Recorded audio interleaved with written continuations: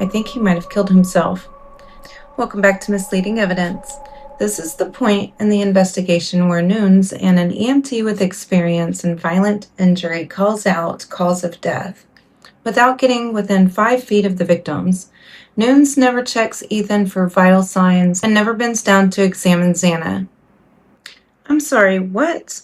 A crime scene like that and that's where your mind goes first? That's not just a stretch. That's a full-on disconnect from what should be a basic investigative awareness. Let's be real for a second. When law enforcement walks into a scene with multiple victims, visible trauma, and clear signs of violence, the standard isn't to casually toss out possibilities like you're guessing answers on a quiz. This isn't a maybe it's this, maybe it's that situation. These are real people, real lives, and a timeline that matters.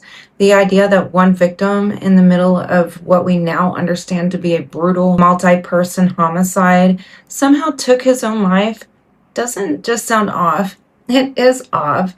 And here's where it actually matters beyond just sounding ridiculous. Early assumptions shape everything. They shape how a scene is processed, what evidence is prioritized, how quickly urgency kicks in, and even how narratives start forming both internally and publicly. If your starting point is flawed, everything that follows risks being built on unstable ground. That's not a small issue. That's how cases get messy. Now, I'm not saying investigators can't have initial thoughts, but there's a difference between a quick internal consideration and voicing something that fundamentally contradicts the reality of what's in front of you. Because now I'm asking, what else was initially misread? What else may have been assumed too quickly or dismissed too early? Were there other moments where the scene wasn't interpreted with the level of seriousness and clarity it demanded right from the start?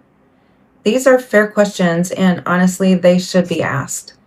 Investigations, especially ones of this magnitude, should be held to a higher standard, not an average one, not a good enough one, a higher one.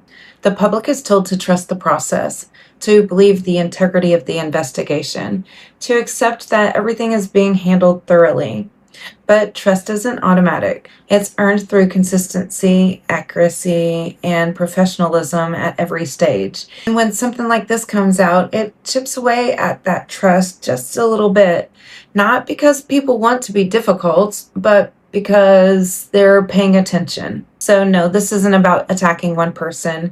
It's about accountability. It's about recognizing that words matter, especially in the earliest stages of a case. It's about understanding how quickly a narrative can take shape and how hard it is to correct once it does. At the end of the day, we don't need perfect investigators. That's not realistic, but we do need careful ones. We need disciplined thinking. We need conclusions that match the evidence, not guesses that contradict it.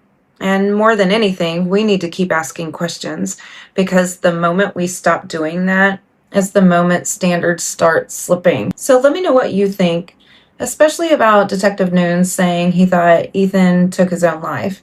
Drop a comment down below and make sure you stay tuned. There's just so much stuff to talk about in this book, like the hairs found on the bed by Kaylee and Maddie. See ya!